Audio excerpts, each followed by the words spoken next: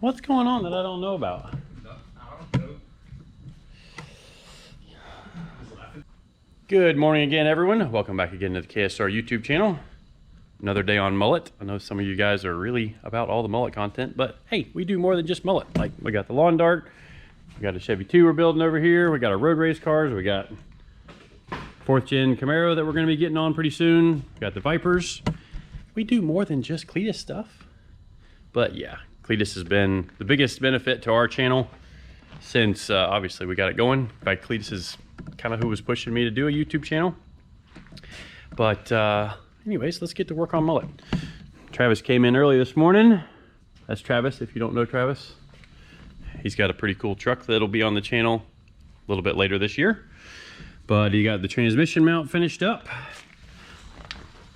I don't know if we can see it. Can we see it up under there? I still have to do some welding on that, but transmission mount's all done and taken care of. But to make it easier to work on the inside of the car, where all the wiring and all that's going to happen, we're going to take this thing totally apart. Doors are coming off. We've got to trim the fenders to clear the front tires because we want this thing low. So we've got to do all that, and it's kind of another one of those go backwards a little bit to go forwards, but taking the doors off of a car is not a big deal, especially because they don't have any glass in them or anything like that, so they'll come off really easily, and then we won't have to be climbing over the doors or worry about banging them on the lift or anything like that. But let's get started on this thing, and you guys can follow along.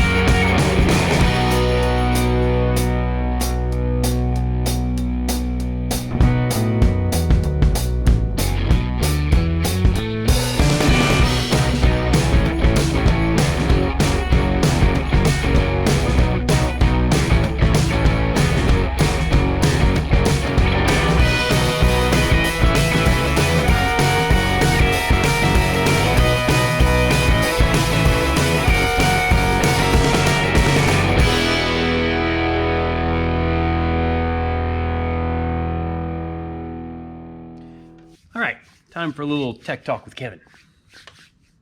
New segment. Hey, maybe we'll do that more often. Right in the middle of all the fabrication stuff, why am I working on the intake manifold?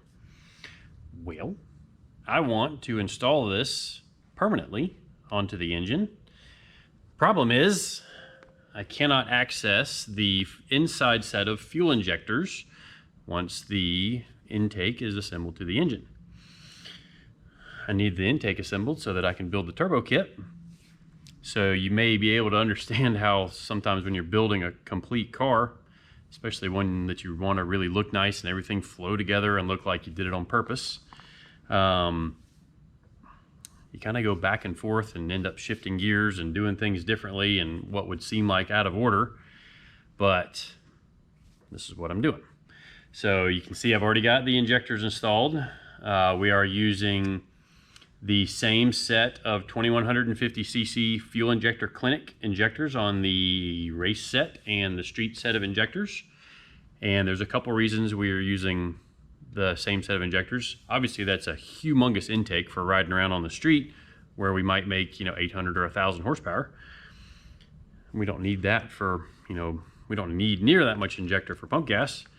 But in the event that we ever lost an injector, say one of them got clogged up with something, which hopefully that never happens, or one of them has a failure, and we've never had an issue with fuel injector clinic injectors in the past, but anything can break.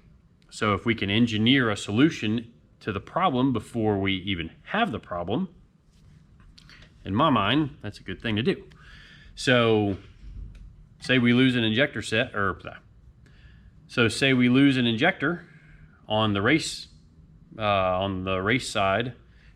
If it doesn't destroy that cylinder, to get us making passes again, we'll be able to steal an injector from the inside set, or we carry 1 or 2 spare injectors, because like I said, you do have to pull the intake off to swap injector sets. So it would kind of be a pain in the butt still to swap injectors, but we would at least have a solution already on the car for fixing a problem should the problem arise. And another thing that I'm doing is I'm going to make the injector plugs where they connect to the main engine harness. I'm going to make them where they have the same plug for both sets of injectors, and then if he's ever going to let the car sit for a while, he can fill up the small fuel cell that's going to be at the front of the car. He can fill that up with pump gas, switch the injector sets, and now without changing the tune or anything else, it will run these injectors and run the rest of the race fuel out, or the ethanol, or the racing ethanol, whatever we're running. It'll run that fuel out, and then it'll have pump gas in the injectors instead of ethanol. The reason you don't want ethanol to sit in your injectors is ethanol is hygroscopic, which means that it absorbs water straight out of the air. Now, granted, the fuel system is all sealed up, except for your vent on your fuel cell, and in theory, it shouldn't have any problem with getting water, absorbing water in the fuel rail itself if it sits for a long time. So if we get any small bit of debris or corrosion or anything inside of that injector to clog the passages that go through that injector, well, you may have an injector that's delivering 20% less than the fuel that it needs to fuel that cylinder the correct amount. So as you can imagine, if you've got a cylinder that goes down 20% from the fuel that it needs, most likely that cylinder just ate itself. And it's a part of racing, and it unfortunately can happen, but we're going to try and take as many steps to prevent that from happening by doing the fuel switch.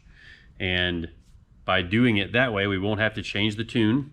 All he'll have to do is fill up the small cell full of pump gas, run that tank out of gas, or run it low on gas, so then you keep a little bit of pump gas through the whole system.